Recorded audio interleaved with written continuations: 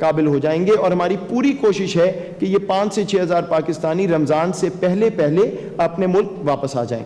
اور آخر میں ایران کا جو بارڈر ہے، ادھر 5 ایسی ڈسٹرکٹس ہیں جہاں پہ روایتی طور پہ کھانے پینے کا انتظام اور جو اسینشل آئٹمز ہیں وہ ایران سے آتے تھے، تو ہماری جو سرحدیں ہیں وہ تو بدستور بند ہیں، لیکن ان 5 ڈسٹرکٹس کے لیے مخصوص طور پہ ایک لائحہ عمل طے کیا گیا ہے، اور ایران سے وہاں پہ جو اسینشل آئٹمز ہیں، صرف اسینشل آئٹمز کنٹرول طریقے سے وہاں پہ آ سکیں گے اس ہفتے کے بعد۔ تو اس طرح ہم یہ سارا پروسیس چلا رہے ہیں، آپ کو تفصیلات بھی دیتے رہیں گے، لیکن جتنی جلد ہو سکا انشاءاللہ تمام پاکستانی پاکستان واپس آ سکیں گے محفوظ طریقے سے۔